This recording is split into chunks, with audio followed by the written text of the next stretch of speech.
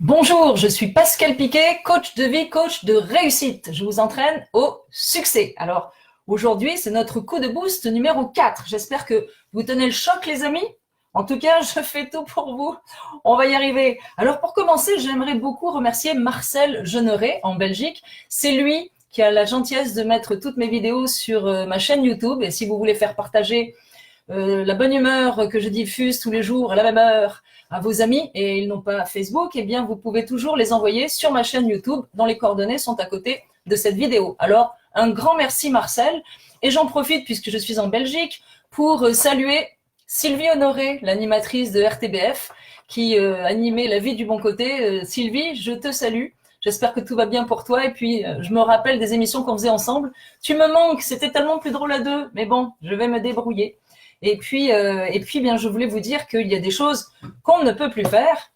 Eh bien, il faut en être conscient. Par exemple, on ne peut plus souffler les bougies parce que vous devez rester à 2 mètres. Et à 2 mètres, si vous soufflez, vous n'y arriverez pas. Donc, aujourd'hui, qu'est-ce qu'il faut faire?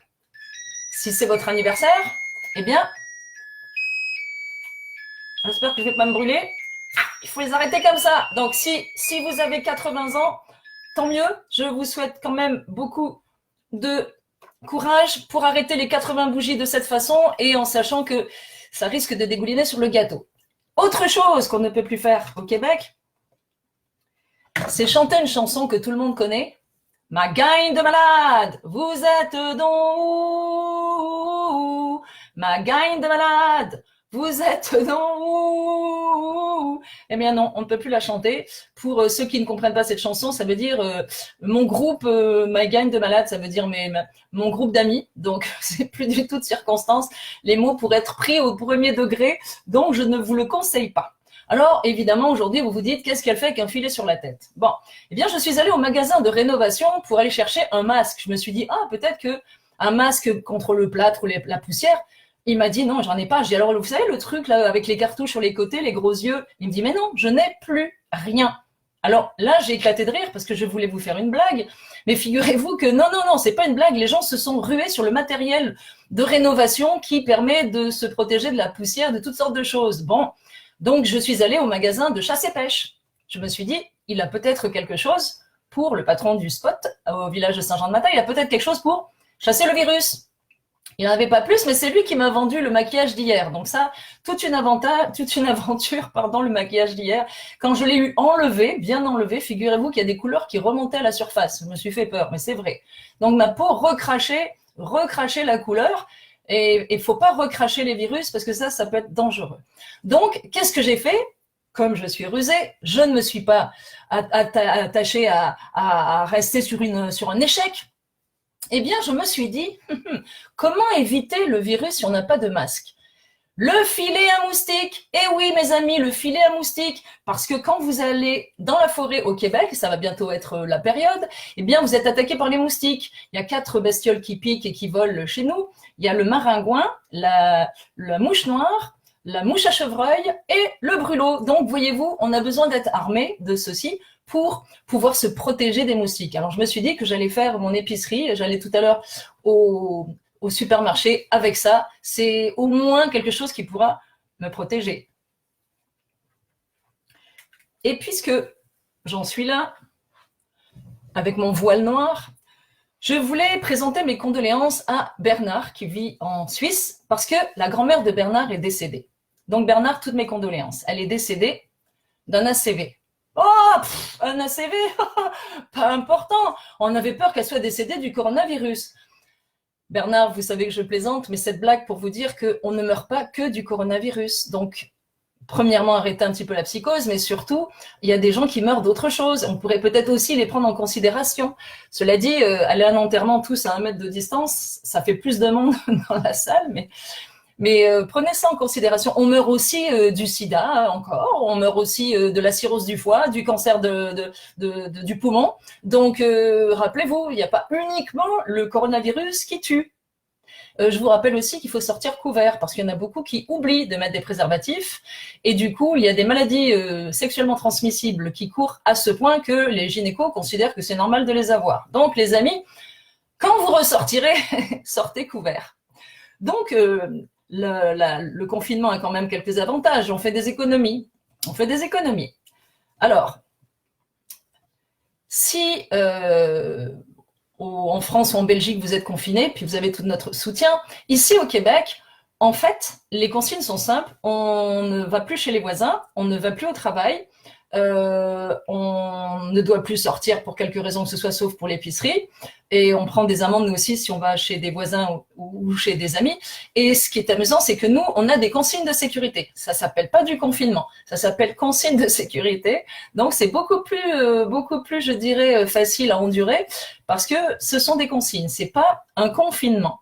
Quand on parle de confinement, et je vous parlais hier de guerre, n'est-ce pas? Si nos aïeux nous voyaient terrifiés, je pense qu'ils mourraient pas du coronavirus, mais ils mourraient de rire. Parce que qu'est-ce qu'on nous demande aujourd'hui? C'est pas de descendre dans la rue avec un fusil. On nous demande de rester confinés chez nous. Est-ce que vraiment c'est quelque chose de terrifiant? Pas du tout. Pas du tout. Alors, arrêtez d'être des gamins frustrés, vous êtes trop gâtés.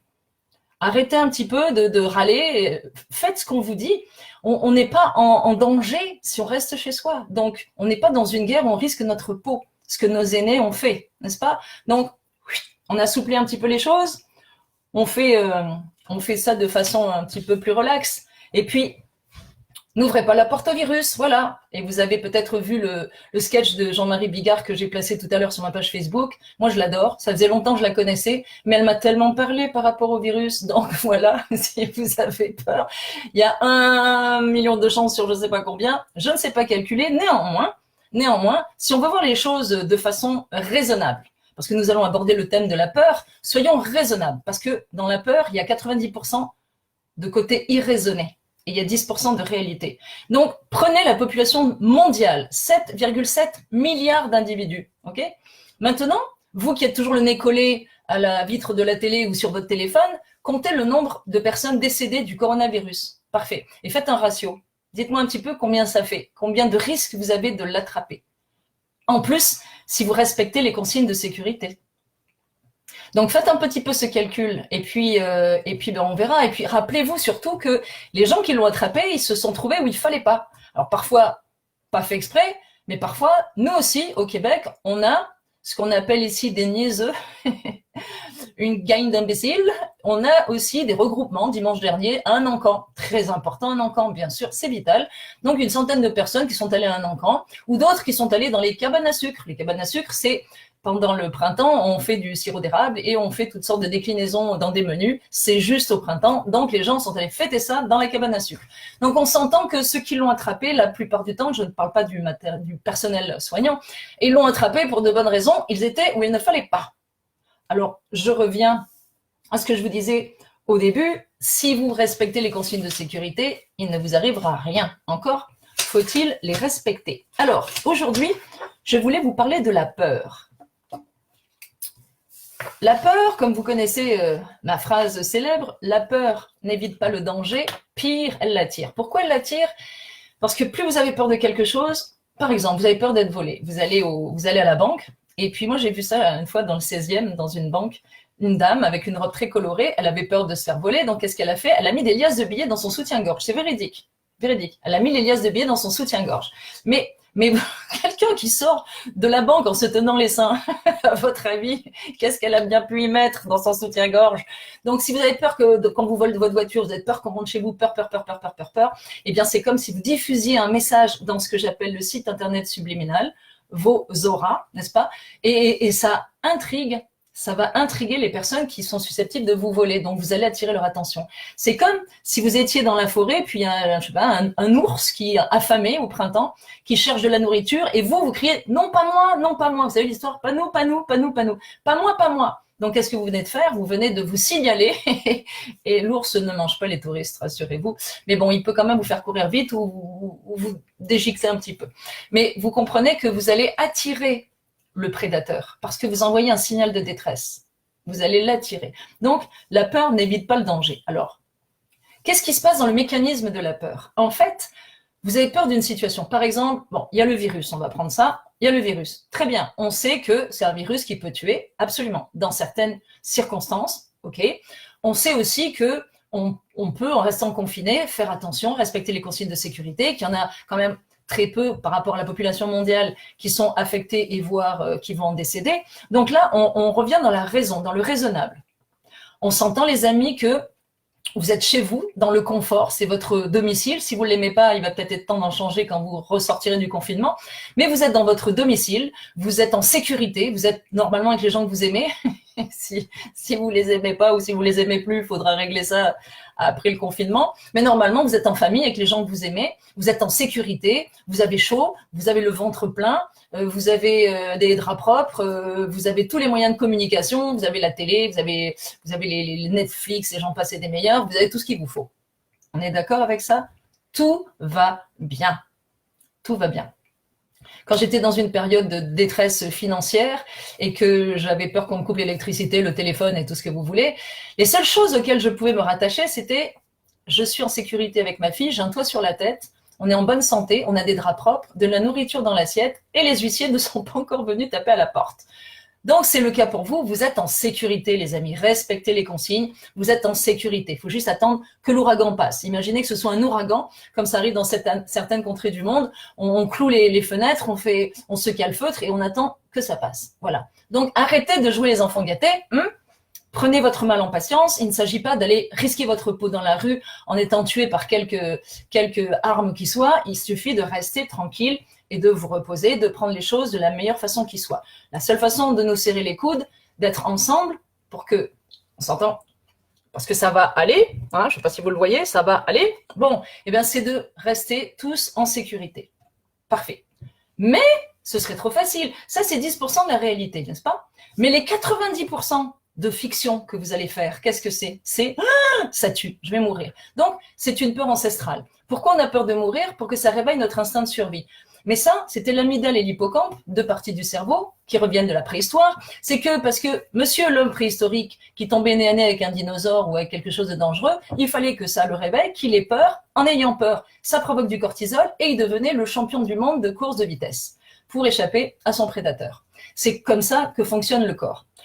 Mais le fonctionnement est toujours le même, c'est-à-dire que vous avez peur, ça provoque du cortisol et du glucose pour vous rendre on va dire bionique, pour pouvoir échapper en courant ou en faisant je ne sais quoi, ou en vous battant pour pouvoir échapper au danger. Parfait. On s'entend que chez vous, tel que je viens de décrire la situation, il n'y en a pas de danger. Là, pour l'instant, vous êtes chez vous, encore une fois, en sécurité, vous avez de la nourriture, du papier toilette, il y a tout ce qu'il faut. Tout va bien. Ça, c'est la réalité, ok? Tout va bien. Tout va bien. C'est la réalité. Mais qu'est-ce que vous faites pour tricoter la fiction? Qu'est-ce qui va se passer? Quel est le film d'horreur que vous allez tricoter? Parfait. Je vais mourir. Je vais mourir, ça y est. Je vais mourir. Mais si je meurs pas, de toute façon, je vais perdre mon emploi, je vais plus avoir d'argent. De toute façon, pourquoi avoir de l'argent? Il y aura plus de nourriture dans les magasins. Et puis, comme il y aura plus de nourriture dans les magasins, ben, je vais perdre mon domicile, je vais me retrouver à la rue. À la rue, quand je serai à la rue, ben, j'aurai plus de dents, j'aurai plus de cheveux. Et puis, de toute façon, comme le virus aura tué tout le monde, même si je fais la quête, eh ben, finalement, il y a personne pour me donner de l'argent. Donc, ça va être horrible. C'est la fin du monde. C'est affreux. C'est affreux. Et puis, finalement, j'aurais mieux fait de mourir du virus tout de suite. Comme ça, j'aurais pas souffert comme ça, être dans la rue et personne qui me donne d'argent. Voilà. Voilà le film d'horreur que vous faites. Est-ce qu'on en est là, les amis? Est-ce qu'on en est là? Je salue au passage les personnes qui ont perdu un membre de leur famille. Je vous présente toutes mes condoléances. Que vous ayez perdu un membre de votre famille pour le coronavirus ou autre chose. Mais je suis désolée, mais la majorité d'entre nous, est-ce que nous risquons quelque chose? Comment dire mot québécois? Pas du tout, pas en tout. Ça, c'est pas un gros mot, ça se dit. Pas du tout, pas en tout. On risque rien si on respecte les consignes de sécurité. Donc, vous voyez comment le mécanisme de peur s'installe parce que votre cerveau ne fait pas la différence entre ce que vous voyez, l'information que vos yeux envoient à votre cerveau, et le film que vous faites, le film d'horreur que vous créez. Donc, du coup, lui, le cerveau, il prend tout pour de la réalité. Alors, quand vous commencez à inventer des horreurs, qu'est-ce qui se produit? Le cerveau envoie un signal à votre corps. Tous vos organes se mettent en situation de survie, c'est-à-dire qu'ils arrêtent de faire ce qu'ils étaient en train de faire. Vos 75 millions de cellules mettent leur casque à pointe, sortent leur fusil et se mettent sur les créneaux parce qu'on est en temps de guerre. Et ils attendent quoi? Rien. Il va rien se passer. Vous les avez mis en état de choc pour rien. Alors votre système digestif, il s'arrête. Alors qu'est-ce qui se passe quand violemment un système digestif s'arrête? Eh ben, les aliments, s'ils sont à moitié chemin, ils repartent par ici. S'ils sont un peu plus bas, Alors là, là, le papier nécessaire. Vous serrez tous les fesses et vous achetez du papier toilette, ça va pas. Donc, le système digestif se débarrasse de ce qu'il a plus le temps de travailler ou s'en débarrasse par en haut de façon à faire face au danger. Quel danger?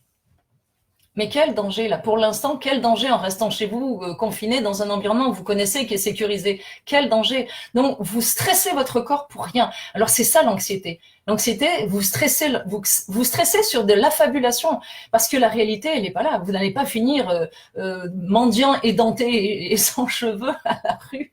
Et c'est pas vrai. Pour l'instant, c'est pas la réalité. Donc, ramenez-vous. Vous vous faites des films d'horreur, et alors quand je parle de films d'horreur, vous êtes friand de films d'horreur. Bah tiens, maintenant vous en avez un beau. Regardez les médias, ça c'est encore plus, ça fait encore plus peur que n'importe quel film d'horreur qui aurait eu la palme du Festival de Cannes.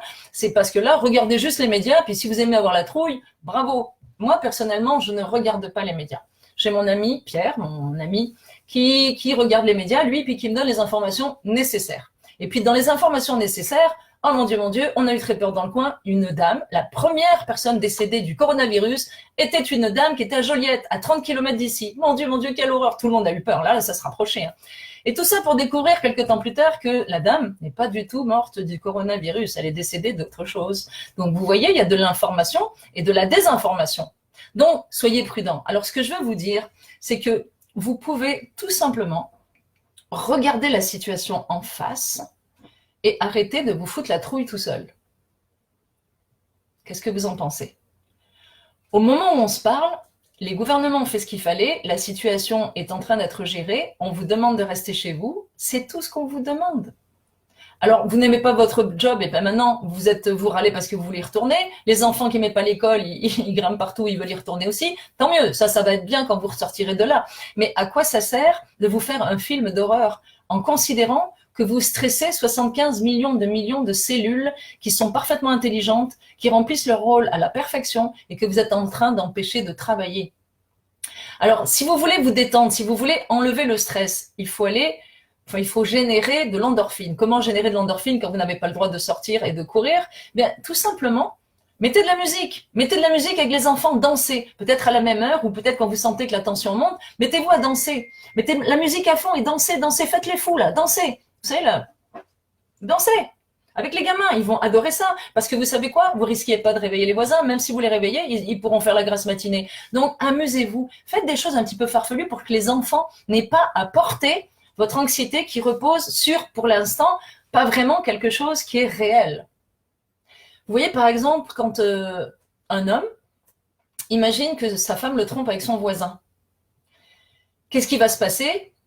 Il va créer les images. Il va imaginer sa femme avec le voisin. Qu'est-ce qui va se passer? Tout le corps va être en état de choc parce que le corps voit vraiment la femme avec le voisin et tout le corps va être ébranlé. Et qu'est-ce qu'il va faire, le monsieur en question? Eh ben, il va aller taper à la porte du voisin et lui casser la figure. Parce que pour lui, il croit que c'est vrai. Mais c'est pas vrai. Quand vous avez peur de monter en avion, qu'est-ce qui se passe? Vous imaginez que l'avion est en flammes, qu'il y a un moteur qui est en flammes, qui se détache et que vous êtes en train de vous cracher. Forcément, vous êtes terrifié. Quand il y a des zones de turbulence, ça tombe toujours sur moi. Je tombe toujours sur quelqu'un qui a peur en avion. Donc, je regarde la personne en disant, rassurez-vous, c'est comme des nids de poules sur la route. Et donc, je la fais parler. Je lui demande qui elle est, comment elle s'appelle, toutes sortes de choses. Mais du coup, elle oublie qu'elle est dans un avion et qu'elle a peur. Pourquoi? Parce que du coup, son cerveau est occupé à autre chose, ce qui fait que, en me parlant, elle oublie qu'elle est dans un avion et elle n'a pas le temps de visualiser que les moteurs se décrochent, on se crache et qu'on va exploser. Ben, bref, elle n'a pas la place dans le cerveau pour faire ces images, ce qui fait que, du coup, elle s'apaise. Souvenez-vous, le cerveau ne fait pas la différence entre ce que vous voyez et ce que vous créez. Donc, sur ce coup-là, si vous n'avez pas le temps de vous faire des films d'horreur, vous ne mettez pas votre corps en état de choc. Donc si, à un moment donné, vous commencez à paniquer, ramenez-vous, chantez, faites autre chose, occupez votre esprit à autre chose de façon à ce que vous ne soyez pas plongé dans un film d'horreur. Puis quand je parle de film d'horreur, ben c'est pas une bonne idée d'en regarder. Et surtout, proposez à vos enfants d'éviter. Parce que la mémoire, elle va vous jouer des tours. Qu'est-ce qui se produit dans un cas pareil? Vous voyez un film d'horreur. Alors franchement, moi j'aime le dire, dans la jungle des comportements humains, je le raconte, dans ma maison pour mes clients VIP qui connaissaient ou ceux qui sont venus sur 2 jours. D'ailleurs, c'est suspendu. Ces 2 fonctions, ces 2 propositions de coaching sont suspendues. On ne vient plus chez moi pendant 2 jours. On ne vient plus non plus chez moi pendant 1 semaine. Mais je pense qu'au mois de mai, ça va recommencer et puis vous pourrez revenir un par un. Mais ça, c'est parce que c'est le coaching qui veut ça. Donc, chez moi, il y a d'immenses baies vitrées. J'ai un salon, salle à manger magnifique. La vue est incroyable. Sauf qu'il n'y a pas de rideau. Donc, quand il y a des nuits noires, et je suis à la campagne, noir, c'est noir, comme dirait Johnny Hallyday, noir, c'est noir. Eh bien, j'ai d'immenses panneaux noirs. Ouais. Et les gens me disent, mais t'as pas peur? Peur de quoi? Peur que quelque chose te regarde à travers la vitre. Quelque chose comme quoi? Et là, moi, je sais ce qu'ils veulent dire, parce que eux, ils ont vu des films d'horreur avec des zombies qui regardent à travers la vitre, des morts vivants, des loups-garous, des vampires et toutes sortes de choses. Bon, eh ben, moi, je sais que ça n'existe pas. Sauf que leur mémoire, leur cerveau a gardé des images où il y a une grande vitre noire avec un monstre qui apparaît derrière. Et du coup, le corps a eu peur quand il y a eu cette image-là. Eh bien, évidemment, le corps se dit, oh là là, des grandes baies vitrées noires. Oh, vitre noire, il y a un monstre qui va apparaître et donc vous commencez à avoir peur. Et vous commencez à avoir peur pourquoi? Parce que votre cerveau alimente cette image. Et vous vous rappelez que vous avez eu peur et du coup, vous avez peur à nouveau. Franchement, quel âge avez-vous? Alors moi, quand on me dit t'as pas peur que quelqu'un ou quelque chose te regarde à travers la vitre, eh bien je dis si c'est un homme, il a qu'à mettre un billet de 100 $ sous la fenêtre et puis ça me dérange pas. Donc vous comprenez? Moi, je n'ai jamais vu le moindre film d'horreur. Je m'en tiens éloigné. C'est pour ça que les images qu'on vous diffuse en permanence, si vous écoutez tout le temps, tous les nombres de décès, puis toutes les horreurs qu'on vous dit, puis toutes les projections qu'on fait que finalement il va falloir s'expatrier sur la planète Mars parce que le virus va couvrir la planète entière, que même les chats, les poissons rouges, les perroquets vont pouvoir vous le transmettre, eh bien, qu'est-ce qui se passe? Ces informations vous rentrent dans le corps comme ça, puis ça commence à faire mal. C'est impossible de ne pas commencer à avoir peur chaque fois que vous avez un coup sur la main et de ne pas avoir un bleu, n'est-ce pas? Eh bien, vous finissez par avoir peur. Moi, je stoppe. Les gens qui m'en parlent, je stop. Non, je leur dis, raconte-moi une histoire drôle. Alors, ce sont 2 petites souris qui sont tombées dans un pot de lait. Et puis, il y a une des 2 petites souris qui dit, de toute façon, je vais mourir, ça sert à rien, je vais mourir. Elle meurt, noyée dans le lait. L'autre dit non, moi là c'est pas vrai. Elle bat des pattes parce qu'elle y croit, elle bat des pattes. Tant et si bien que le lait se transforme en beurre. Donc voilà ce qu'il faut faire. C'est pas avoir peur est inutile. Et je sais, vous allez me dire, je fais pas exprès. Ok, changez-vous les idées, pensez à autre chose, mais pensez surtout que vous êtes dans votre maison. Vous êtes dans votre habitation, vous êtes en sécurité, vous pouvez regarder des films. Regardez des films comiques, pas des films d'horreur, ni des films qui finissent mal, ni épidémie, pandémie, je sais pas quoi. Regardez des films comiques. Avec ma fille, nous, on regarde des films comiques. Et puis ramenez-vous, vous êtes bien, vous êtes en sécurité, il n'y a aucune raison que vous l'attrapiez. On va laisser la tornade passer. Et après, ok, il y aura peut-être des problèmes d'argent. Et alors, l'argent, est-ce que c'est important par rapport à la vie? On va tous survivre si on respecte les consignes de sécurité. Donc, ramenez-vous. Ne laissez pas votre peur vous emballer comme sur un vélo sans frein dans une descente. Ramenez-vous. Tout va bien, les amis, tout va bien. Respectons ce que nous donnent comme consignes les gouvernements, et puis tout va bien. Donc, vous avez compris le mécanisme de la peur, c'est que vous faites un film d'horreur, et osez me dire qu'il n'y a pas 90% de fiction dans ce que vous êtes en train de vivre. Ok? La réalité, oui, il y a un virus, oui, il se répand, oui, mais si on reste chez nous, le virus, comme la chauve-souris, il ne pourra pas venir sonner à la porte.